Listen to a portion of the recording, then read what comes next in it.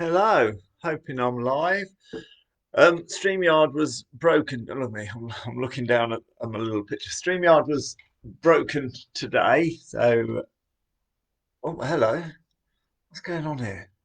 So I'm going to Facebook Live instead of StreamYard. StreamYard is a platform that goes straight to Facebook Live and to YouTube. It was a bit broken today, so I've come on to Facebook, and Facebook has got a whole load of new features, and I couldn't actually work out how to do it. So, how fast things move on. Well, I reach for my coffee. Hello, everybody. Anybody? How are you? There we are. So, I'll put in a description. I'm sorry to be umming and ahhing.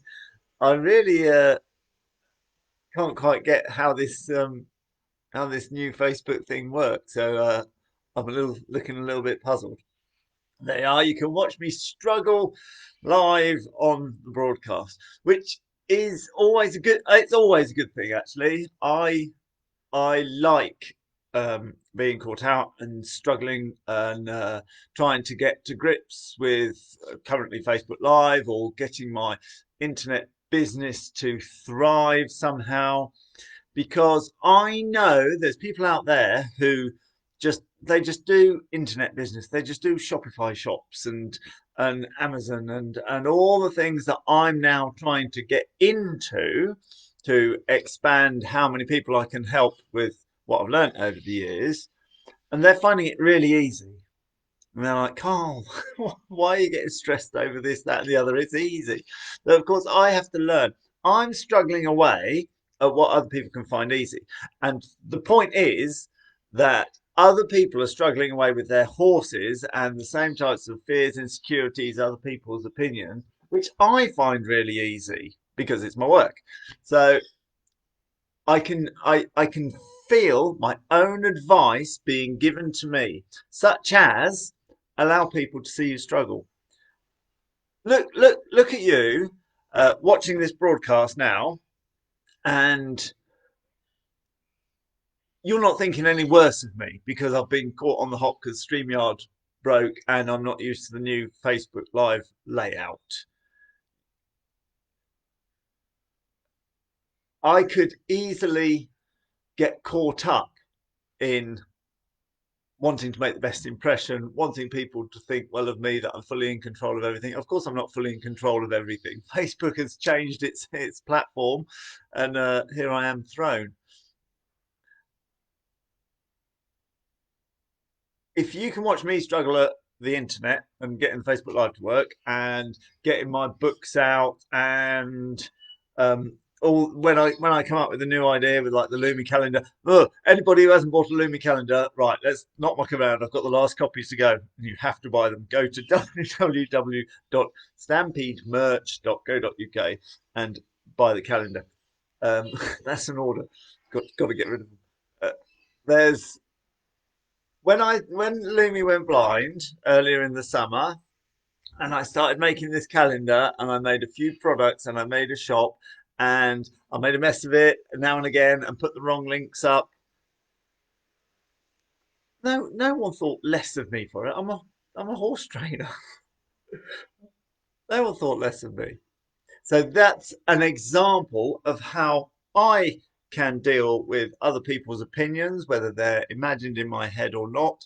And that's the principle that I put to you when you're worrying about what other people think about your horse riding. They don't care. People don't think about you half as much as they think they do. You may think that people are thinking about you a lot, but they're not. They're thinking about themselves. If they've got something catty or constantly critiquing you on your horse riding, that ain't just you. That's them. They're still thinking about themselves. They might come in and say, "Ah, well, what you haven't thought is." I had somebody on the mountain division, Jane. I've got a group called the Mountain Division of people who've done the Ultimate Rider Confidence course, and they then go on to interact with each other through the Facebook group.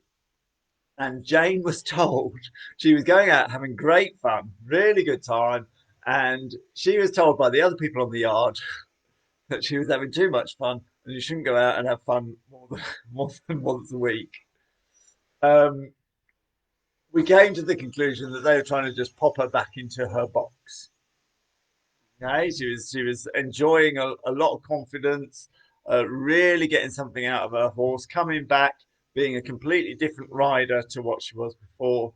And the other people in the yard, relatively, where can I put my coffee? Relatively, the other people in the yard were feeling insecure because Jane was getting more and more confident with her horse, going out and having a lovely time. The people on the yard were already quite happy on their horses, so they're quite horsey. Their horsey status is here. And when frightened Jane came along, and they were quite happy to give advice and appear very horsey. Then, of course, as frightened Jane got more and more confident and started having lots of fun and coming up to their level, that's good. A rising tide lifts all boats. That's marvelous. But of course, if you're already up there and you see someone coming up, respectively, you might think you're going down. Does that make sense? Your status as the horsey authority is going down because this person is learning as much as you, if not more. Obviously, more in their own sphere. So, because you want to appear the most horsey person, your opinion might come out more and more until you find yourself saying stupid things like you should only go out and have fun once a week. But that's purely because you're thinking about yourself. So if you're getting criticism on your yard or across Facebook, that's always a good one. It it's still nothing to do with you. The people aren't thinking about you. Oh, what will people think of me? People are too obsessed about themselves and wondering about how they look. And the critique that comes on is from somebody who's desperately wanting to be the most horsey and is worried about themselves rather than you. Anyway, there you go. So that was a long old rant to say that I haven't really got the hang of this Facebook Live. Um, I haven't got the hang of this Facebook Live. Where's the comments? Does anybody put a comment? So put a hello. Oh, Dawn's here. Ali's. I found the comments. It's going well. Hi, Julie. Ali. Oh, super. Morning, Sam. Oh, evening, Priscilla. Sorry, Priscilla, yes. Uh, I was thinking of having, sorry to have a private conversation during the live broadcast. I was thinking of having a Mounted Division meetup catch up at 11 o'clock one day this week. 11 o'clock in the morning. In other words, this time it's now, what time are we at now? It's now 11:37. If that's convenient to you, I'll put it in the Mounted Division Facebook page. Sorry, everybody, that was very rude of me to have a private conversation. But there we are. Smashing. Anyway, I came on to answer a question, which I put in the title. Can I put it in the comments as well? Look. Oh, look, I can put a comment there. I'll put it there as well. Is there any way to put it on the screen? Oh, let me just have a quick look. I put no, that was nonsense. Okay, so I'll read the question out in full. It's also to the title, so I don't know if you can see this. Oh, Dawn says, what's the Shopify address? Good point, Dawn. The Shopify address is www.stampedemerch.com.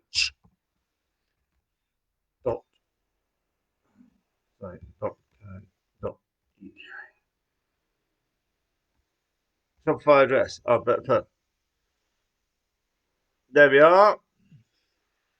There we are. If you'd all buy the remaining calendars, that's absolutely marvelous. Of course, you've missed out on the first 12 days of January.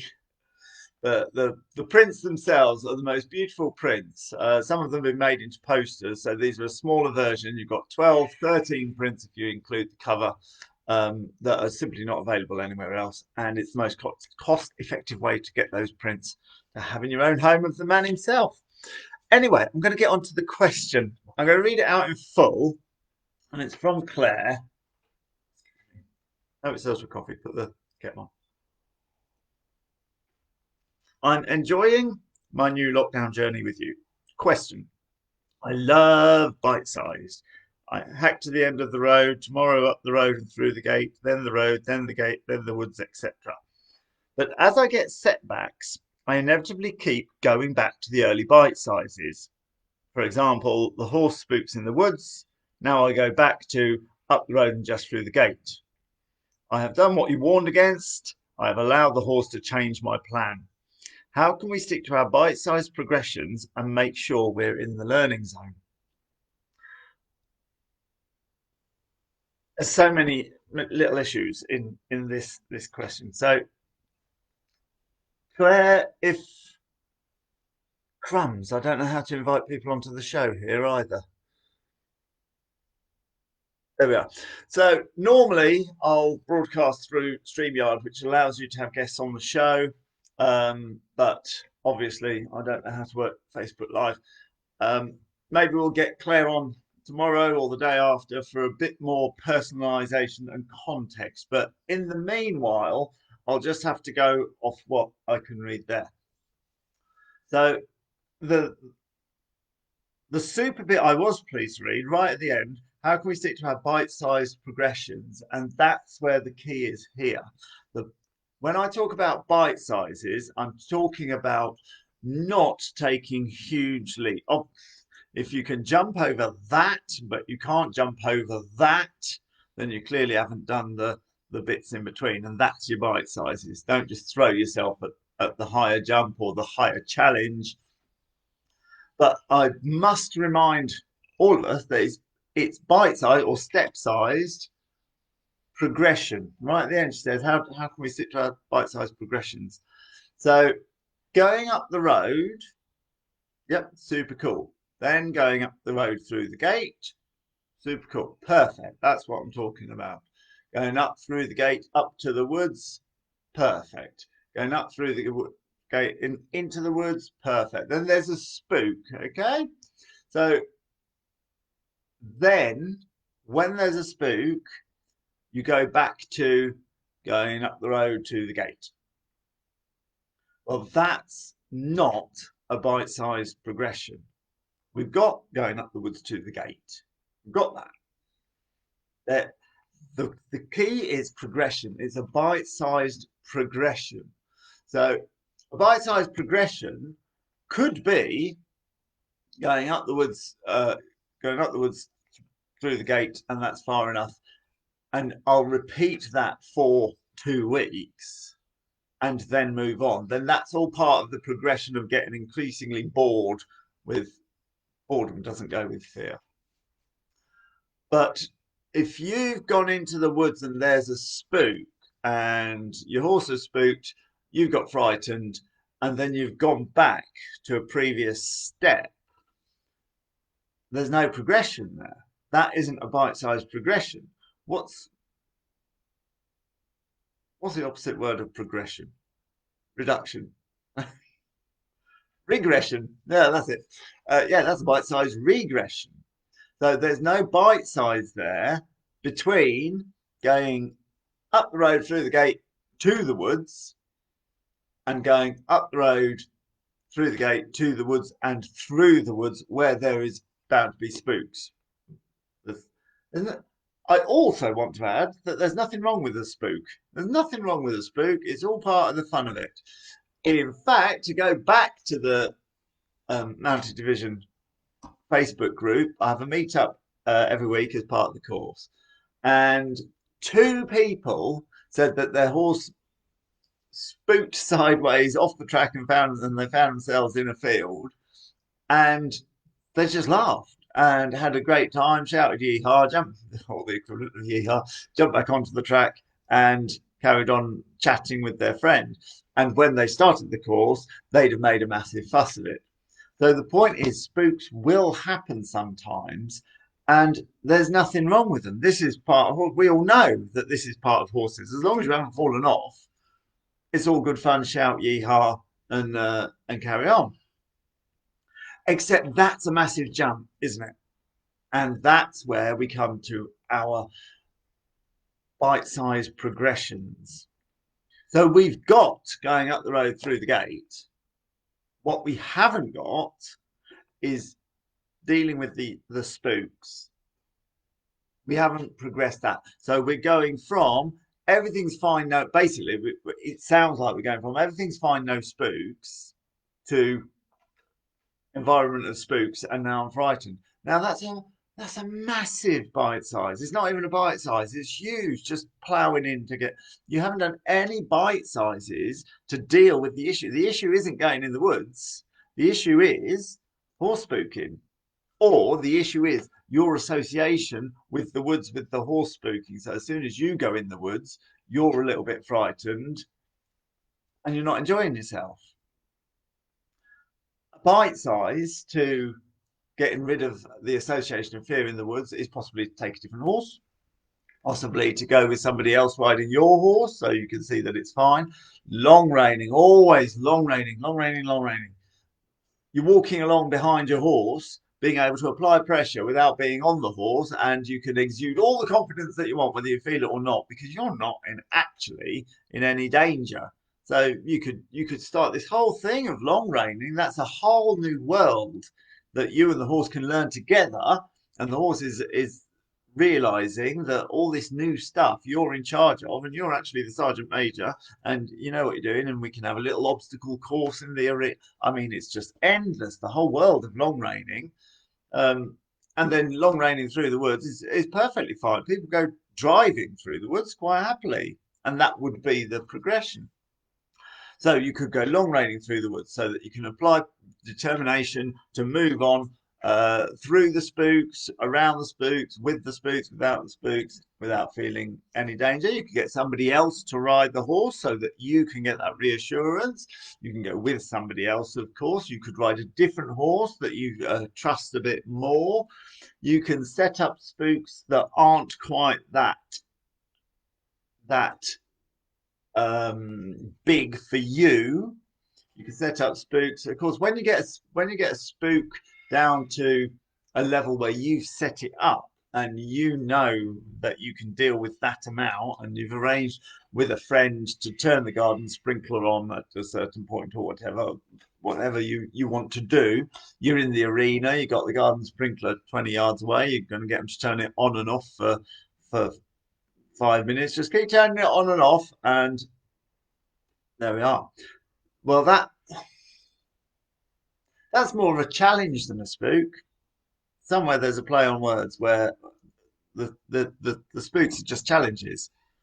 And by the time you've trained your horse to all these spooks that you possibly could do, or these challenges, and YouTube and the internet is full of examples of challenges.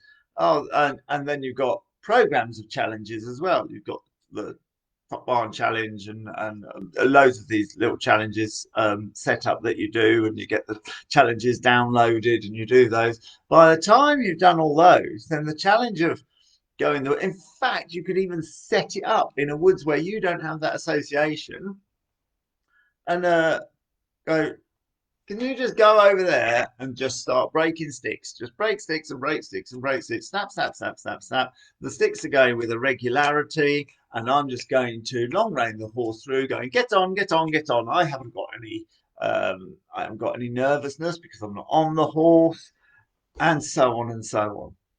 Now that is a load of bite sizes, all to get you used to spooks. How do you deal with the spook or the challenge when you do it? That comes back to a phrase I've got: action beats anxiety.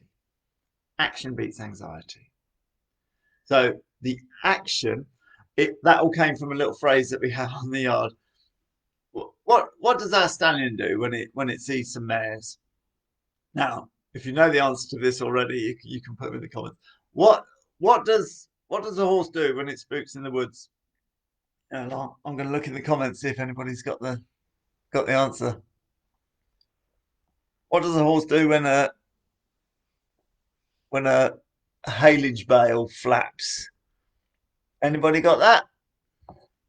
Don't know if there's a delay here. I don't know if anyone's answering. What does the stallion do when it sees some mares? What it's bloody told. What does a horse do when it spooks at this, that, or the other? What it's bloody told. It's not a very good joke, to be honest. It's very predictable. But if you organize your spooks in a level that you can deal with, then you call them challenges. So your challenge might be, I'm just going to get my little brother and his mate to kick a football against that wall, and you just play wall ball over there. And while you're doing that, what does a horse do? What it's bloody told has got two parts to the sentence in it. So you've got your little brother playing wall ball over there, making plenty of noise. What does a horse do when your brother's playing wall ball? What it's bloody told. Two parts to it. One, we expect the horse to do what the captain, that's you, by the way, has ordered.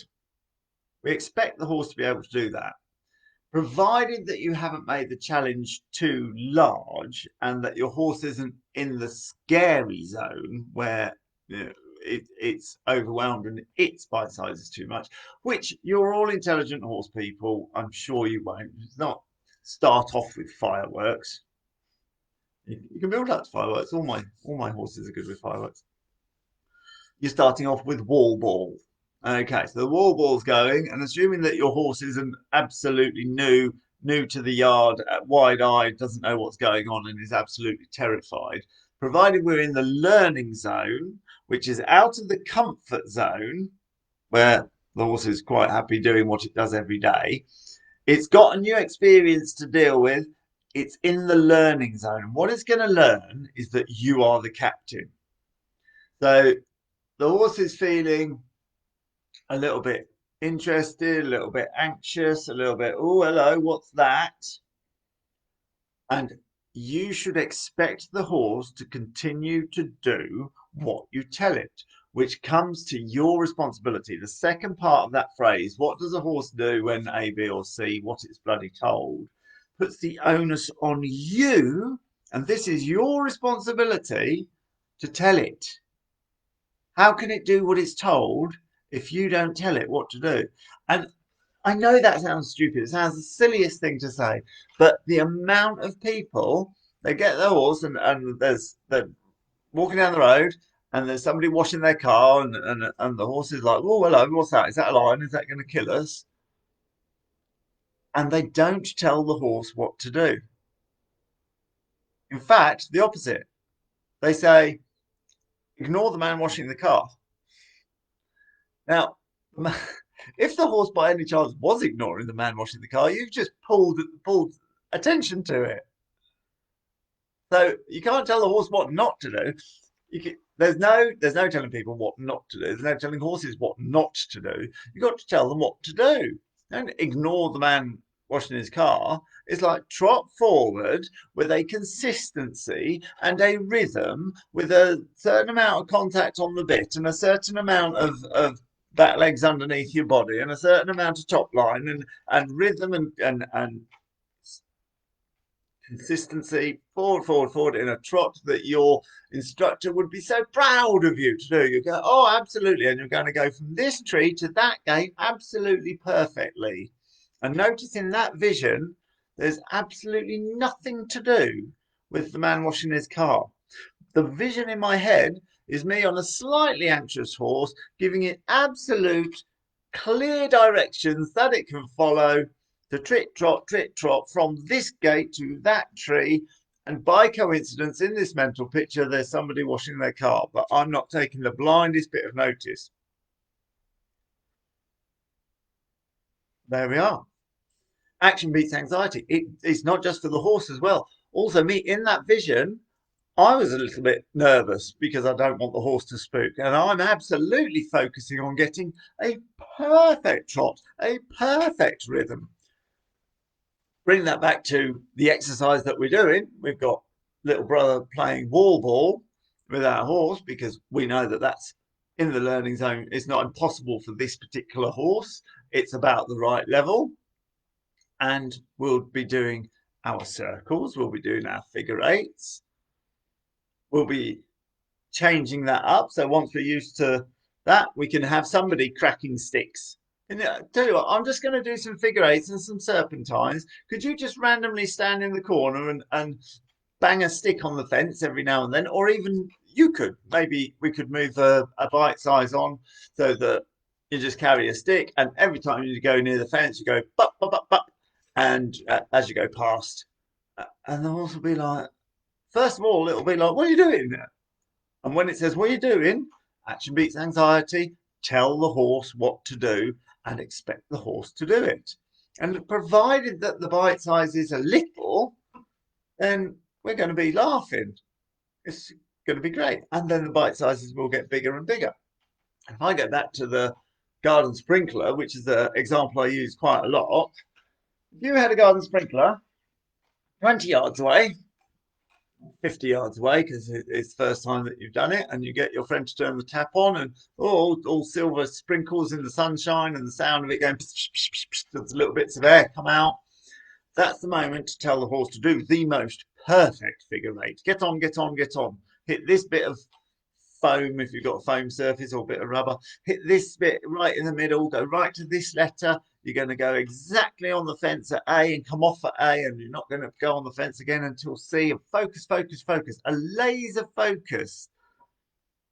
And you can see in this mental picture that I'm not even noticing the sprinkler 50 yards away. The horse probably wouldn't notice.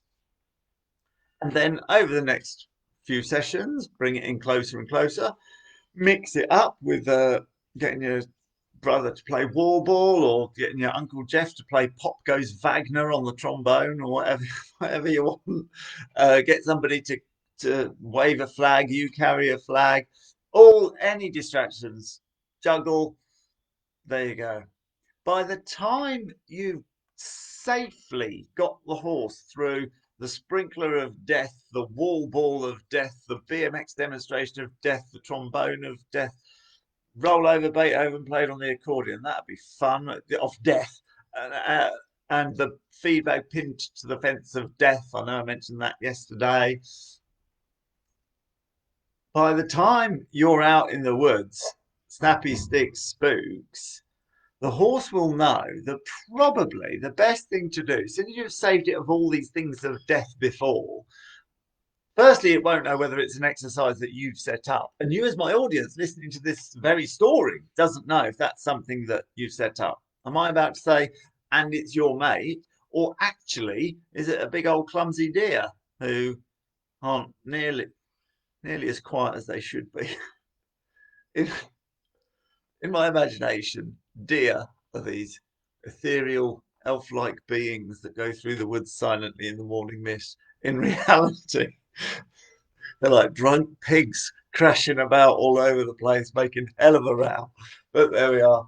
So yeah, it could be a deer, or it could be your mate cracking sticks. Who knows? Because you've done so many exercises that if the horse is spooked, the first thing it will do will go, "What should we do?" Whereupon you will already be telling it exactly what to do because you've practiced that. You practice it in the arena. What does a horse do when the garden sprinkler goes on? What it's bloody told. What does a horse do when the BMX demonstration of death attacks? What is it bloody told? What does a horse do when the flag flutters in the wind? What is bloody told? By the time you've done that, the relationship will be set there that crack goes the stick in the woods, horse goes spook, and you're already telling it what to do. So we've got action beats anxiety, and we've got bite sizes are to be progression and not regression. Is there anything else I can add to? Excuse me. Bite sizes, horse bits in the road. Yeah, I think that's answered it. Bite-sized progressions. So the main thing is that the bite size between going into the woods and dealing with the spooks hasn't been broken down. So it has to be bite-sized progressions, and going back, regressing isn't a bite size because there's no plan for progression. And that's the answer to the question. Let me just have a quick look at the comments.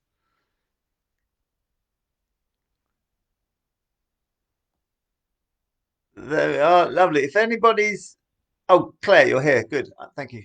I'm glad you're here. If anybody's got any further questions, normally I've got a link on that you can come onto the show and ask, get your personalization and context. If I've got this question slightly wrong and it's like, well, I didn't mean that, then I'm very sorry, but please come onto the and get your personalization and context, and we can have a conversation.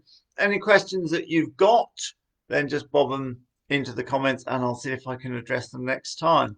In the meantime, Luminoso's calendar. It's on www.stampedemerch.co.uk. It's 18.99, and we've got to shift them.